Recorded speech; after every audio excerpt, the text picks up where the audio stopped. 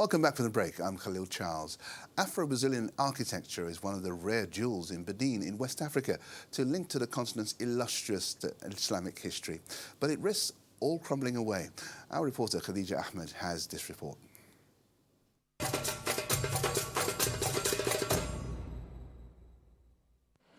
With a fine ceramic minaret, multicolored walls and a great carved wooden door, the Grand Mosque in Benin's capital is a marvel of Afro-Brazilian architecture. Yet like much in Porto Novo, it faces collapse. According to the city's heritage agency, it looks just like a church because Africans were used to building churches in Brazil. They converted to Islam as a show of rebellion against their masters, and when they came back to West Africa, they became craftsmen who used the building techniques they had learnt over there. These skills were then transmitted from generation to generation. Yet, unless steps are taken, residents and local specialists say hundreds of these old buildings are still at risk. Je vis ici depuis longtemps avec ma famille. Bon, voilà l'état de la maison, ça s'écroule depuis des années. Et plus les jours passent, plus ça s'écroule. On n'en fait rien, on n'en tire rien. C'est là, inutilement, on ne reçoit rien de ça. Au moins, il faudrait qu'on réfléchisse à ça, soit détruire ça, soit faire quelque chose de bon. From the end of the 18th century, Porto Novo on the Gulf of Guinea was one of the African ports that took in freed slaves who wanted to sail home to the continent of their ancestors. The streets in what is now Benin's second city and administrative capital call to mind the old Portuguese colonial settlement of Salvador de Bahia in Brazil. And much of the architecture bears witness to key Afro-Brazilian links in African history. But not a single building, not even the mosque, has been classified as a UN World Heritage Site. In 2009, Porto Novo's Director of Culture and Patrimony, Richard Hanso, counted 450 buildings of the Afro-Brazilian type, but said today there are fewer than 400 left. Nous avons mis en place un projet avec le Brésil et les Lyonnais qui nous a amené à former une quarantaine de jeunes artisans de Porto Novo dans les métiers de bâtiment, c'est-à-dire maçonnerie, menuiserie, peinture, coffreur et tout ça, pour essayer d'aider la ville dans la restauration et la réhabilitation de ces bâtiments. These glorious relics have stood the test of time, but unless something drastic is done to preserve them, these great houses that are gradually turning into dust are taking the memories of freed Africans with them. Khadija Ahmed, Africa This Week.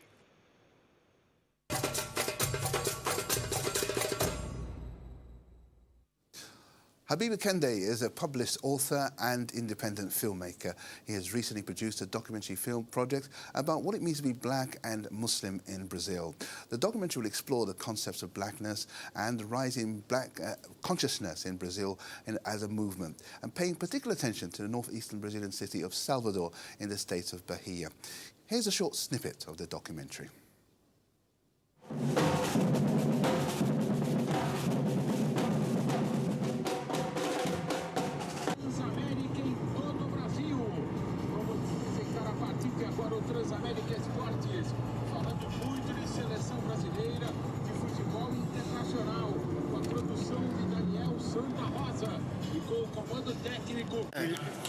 Bahia is good. We like the Nigeriano, we like Angolano, Africano.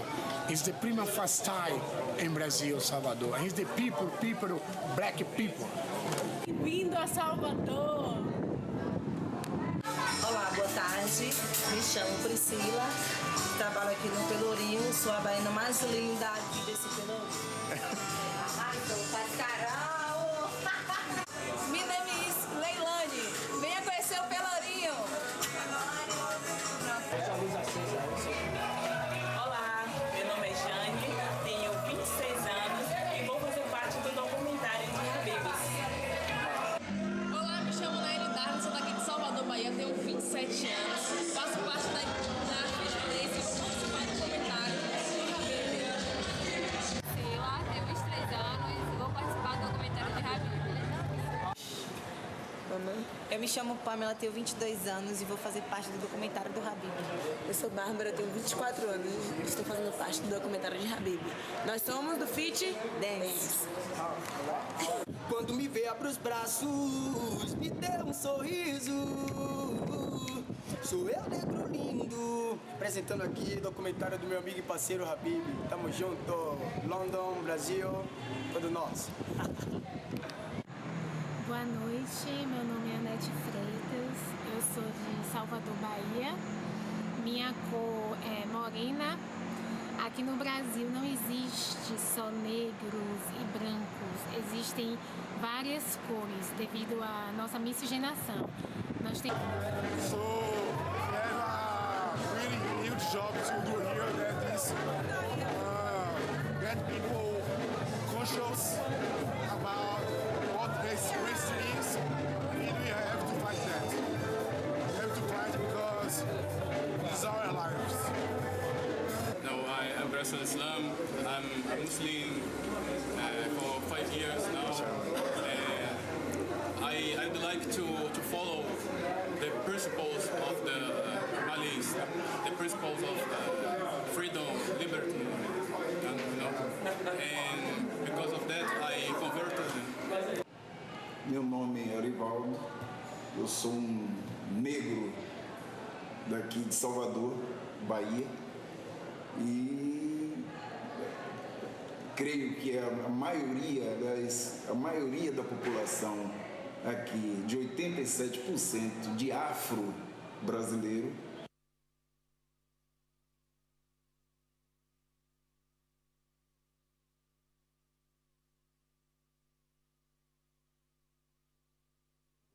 It makes you want to learn Portuguese and go in Brazil and be with the people over there. So, but here in the studio that's joined us, the man himself, Habeeb Akande. Thank you very much indeed for that. That must have been a fascinating journey that you took out there. And you've come back with a whole book on it. And tell us what really infused you. What was the motivation behind doing that journey? Really a case of telling our story. I mean, I think Brazil is probably one of the few countries around the world which captivates the imaginations of so many people, whether they're Muslim, non-Muslim, black, white, male or female. And that was the case for myself when I first went there in 2014. One thing I did notice when I first went out there in 2014 was the status of many of the Afro-Brazilians. Unfortunately, many of the Afro-Brazilians occupy a lot of the menial jobs. They're in obviously because of the socio-economic condition. Obviously, they're in the impoverished areas, and also in terms of obviously not only the condition that they're in, trying to understand their history because they've got a very rich history, even from probably the Islamic perspective as well, the influence that many African Muslims have had in current-day Brazil, and obviously helped to build the country what it is today. Well, Habeeb, we get this idea that Brazil is a very integrated society. People of different hues, different colours, and Brazil, in a sense, it's about that kind of harmony which reflects the colour and of the country. And indeed, when we watch football, if we take that small example, you saw all different types of people playing in the game. But you're saying to me that's not really the case. Is there some things we don't know about going on there? Yeah, I mean, the picture that is painted to Brazil about, again, the football, and obviously, like you said, it's a multicultural country where there's people of all various ethnicities, and most people are of mixed heritage. But I would say Brazil is a wonderful country, it's a beautiful country, but it's a country of contradictions. And what I mean by that is the image and the perception of racial democracy, which was it's this perception that was propagated as well since the 1930s. That's really a myth. This idea that in Brazil there's no such thing as racism because everyone is, jolly and happy and, like you mentioned, harmonious, that's for show. But in reality, especially if you're of African descent or if you've got visible African features, you experience racism and discrimination as much as you probably would you feel racism and discrimination in America or like countries like South Africa, where we know the history of like racism. Whereas Brazil, people somehow think that it's a kind of paradise for black people. It's probably somewhat of a paradise if you're white, if I'm honest. But if you're black, you feel the harsh realities of racism and racial discrimination. So in a sense, there are the same kind of race consciousness movements in Brazil as there have been in the United States and to some extent in the UK. Is that the picture? Are people getting more conscious about who they are and their identity as black Brazilians? Yeah, I mean, it's starting in terms of like the black consciousness movement. It's probably started in the last maybe 20 to 30 years, whereas obviously in America that's always been an issue. And I think one of the problems, there's a lot of similarities as well as differences between the racial history of, for example, America and Brazil. Obviously America, we know of like the Jim Crow laws and the segregation and things like that. So because there was clear segregation, black people had to unite and you could say fight racism, white supremacy.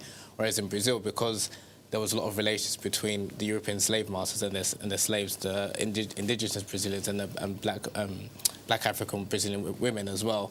And obviously because obviously due to relations, obviously there was a lot of mixed offspring. People somehow think that there's no such thing as racism, but still, despite that, most people were mixed. The people that were, like I said, of clear African visible features and African descent, they were treated differently, even though they were part of the same family. So you find even amongst Brazilians, there's people of different ethnicities, but the people that look more European, shall we say, they'll be treated much more better and there'll be more opportunities. So in terms of the documentary itself, I mean, these are amongst the themes. What are the other themes you're trying to address in that documentary? The main theme I wanted to address, like you mentioned earlier in the programme, is what it's like to be black and Muslim. Not only being black, because obviously there's a black identity, obviously the Muslim identity, because obviously Islam is growing in Brazil as well. But what I wanted to do was, and you saw in the quick trailer, is to interview Brazilians themselves and for them to talk about their experiences rather than obviously me as an outsider talking about, because obviously I'll be honest, the first time I went I was like, wow, this country's amazing and things like that, there's no such thing as racism. And then after a while, because I've been 4 times, you see the reality and we actually speak to people. So when you get away from like the main tourist attractions and where everyone's naturally jolly and being nice to you because obviously you're a foreigner. When I went, again, I think it was probably maybe my second visit, and then obviously I was dressed casually and things like that. And when I went to Bahia, which is in northeastern Brazil, 80% of the inhabitants are of African descent. So you see people that look like you and I in Brazil.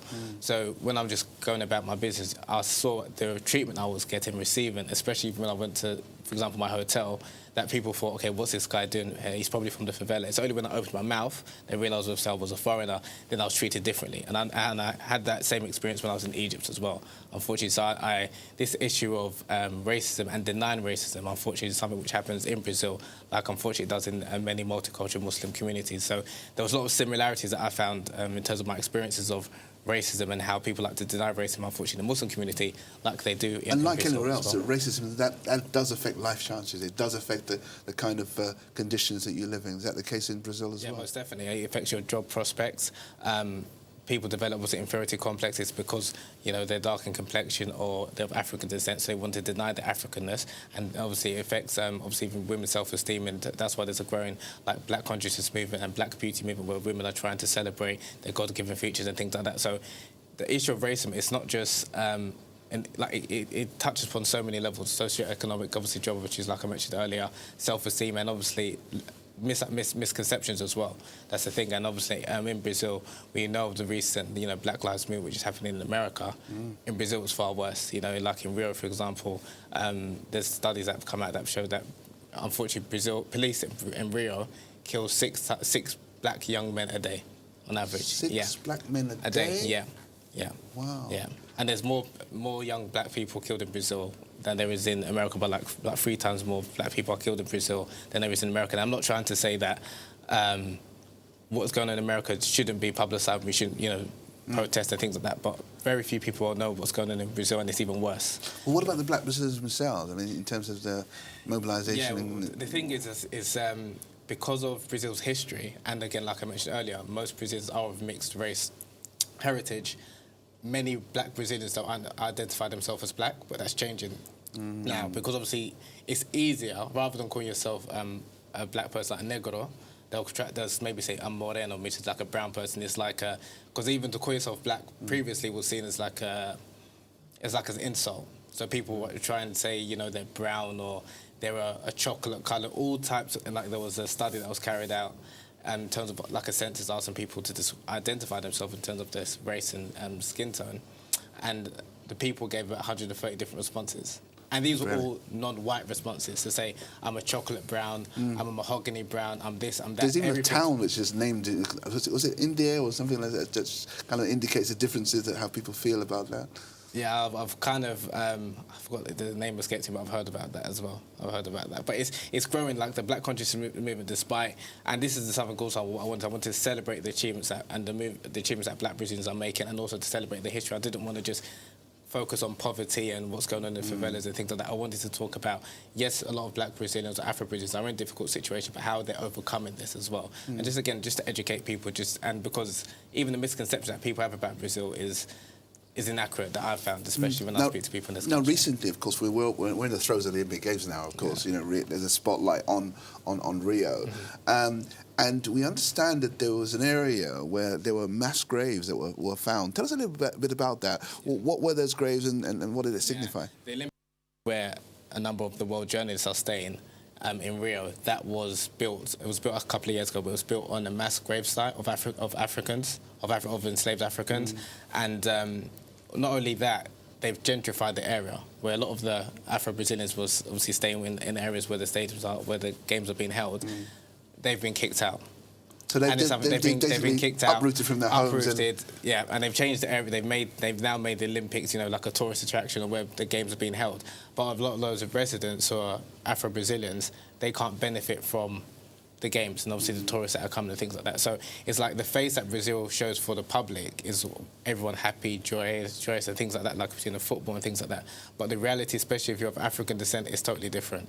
So that's why when we're talking about Brazil, I would say there's two Brazils. And again, depending on what you look like will determine your experiences in Brazil. And maybe even for us going to Brazil, because obviously we're from Europe or people coming from America, they probably will enjoy Brazil and see how wonderful it is. But if you are a black Brazilian or Afro-Brazilian, your experience will be much different. So I wanted to kind of shed light on that. So going back to what was discovered, has it been preserved? There is some kind of, you know, architectural or historical record of the slaves that were there? Yeah, there was, of the mass grave that I mentioned, there's been some archaeological studies, this is a bit of a tongue twister, and they've been trying to find out not only how many people were buried. I think it's in excess of like maybe 300,000 skeletons they found as well.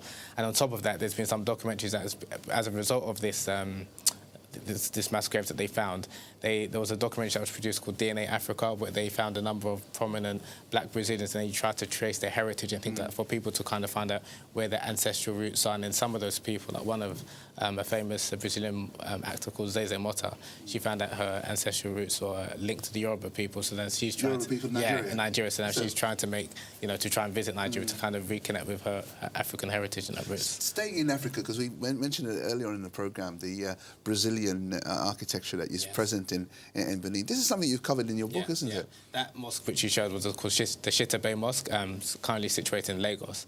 And the result of those mosques or those architecture was after the famous slave revolts which occurred in 1835, which was led by a number of West African Muslims, primarily from Yoruba and Hausa, the ethnic tribe.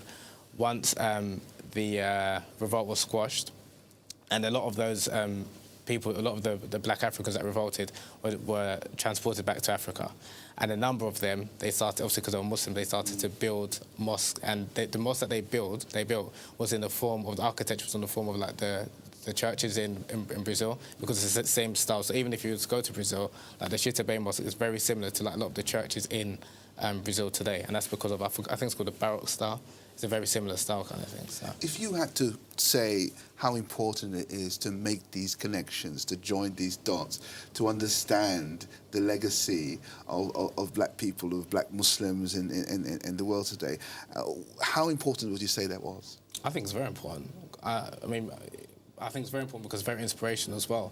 And again, when we're talking about the contributions that black people have made and Muslims have made to history, especially for black people, it's not just slavery. I mean, many people are not aware of, even when people think about the black, when did the black contribution, when people think about Brazil and black people, they think of slavery in terms of when it first started. But there's even reports of Mansa Musa's brother who travelled to the Americas even before the Europeans. So when I think of the African connection with Brazil or the Muslim connection with Brazil, it preceded the Europeans. Because, like I said, Mansa Musa's brother, there's a report that he travelled to the Americas and landed in the northeastern Brazil called Recife. So it shows that our history and our heritage is something that should be celebrated, and we should learn about it. And obviously it can inspire us to kind of achieve great things in whatever fields that we're working in. Final question. Yeah. That last journey that when you found out, because I know you're of Nigerian heritage, aren't you? And when you find out there's a Nigerian heritage linked to Brazilian heritage, how did it make you feel? Yeah, it made me very proud, to be honest, because like I mentioned in the book, and I also talk about in the documentary, just walking in the streets, even of Rio and of Bahia, I felt I was in some parts of Nigeria, and I saw more people that resembled the way I look at my family than I would in London, unless maybe I'm in Peckham or somewhere. To be honest, I think even just as a Nigerian, even as an African or a person of African descent, you will feel a sense of pride because you're seeing so many people that look like you, and even their mannerisms and their customs is very similar. So I would definitely encourage, you know, people of African descent and Muslims as well to travel to Brazil and you enjoy it. Wonderful, wonderful. Habeeb, thank you very much. Illuminating the Blackness, that's the name of your book, inshallah. You can get that in the shops, okay? Thank you very much indeed. We've come now to the end of the programme. Thanks to all my guests for coming on and to you at home for watching. You can catch up online with #AfricaThisWeek, IC, and catch some of our previous episodes on islamchannel.tv. Now, Hausa communities living in Lagos have brought a traditional combat sport known as Dambe from the north of the country to the streets of the capital. With one arm wrapped around a rope, the fighters face off while the audience waits to see which fighter will be the first to touch the ground with a part of the body and lose. We'll leave you the scenes of this ancient sport. We'll see you next week.